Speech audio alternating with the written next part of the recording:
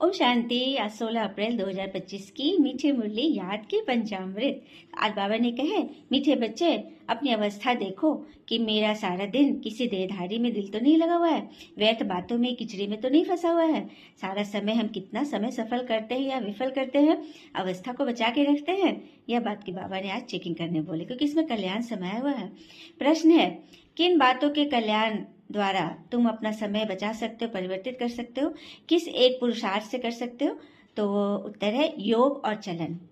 क्योंकि योग सही होगा तो हमारे चेहरे और चलन हमेशा हर्षित रहेंगे और किसी बात में फंसेंगे नहीं, अपना समय सदैव सफल करेंगे, व्यर्थ बातों में नहीं जाएंगे, आपस में ज्ञान की ही बातें करेंगे और मूंझेंगे नहीं। बातें तो आएंगी। देखिए, गुलाब में कितने कांटे होते हैं, कांटे हैं तभी गुलाब है, कीचड़ है तभी कमल है। तो बातें तो आएंगी।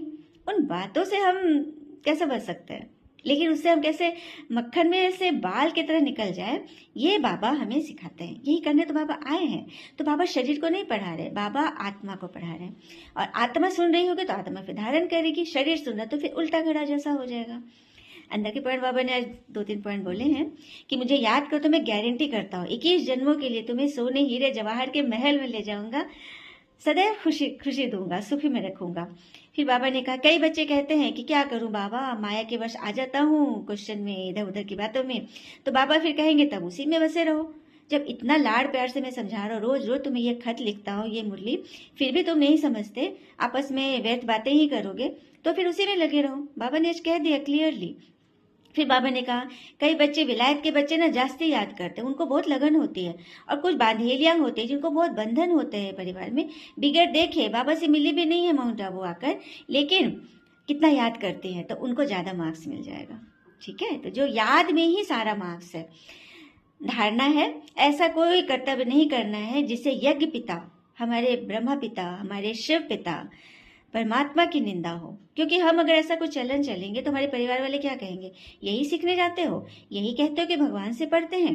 तो हमें अपने ऊपर कितनी अटेंशन रखनी है, कितना हमें अपने आप को संभालना है। बातें तो आएंगी, व्यर्थ बातें आएंगी, उसे हमें अपने को कैसे बचा लेना है, बाबा को सौंप देना है। ठीक है, और बच जाना है। व्यक्ति सारे बाबा ने बहुत सुंदर से समझाया है।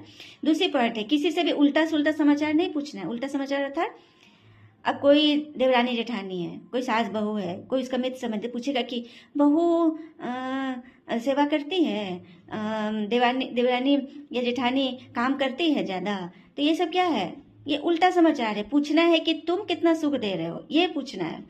और वरदान है, 5 विकारों को परिवर्तित करना है तो मायाजीत बन जाएंगे, और रियल गोल्ड बनना है तो अलाय सब नष्ट कर दो। और 2 भुजा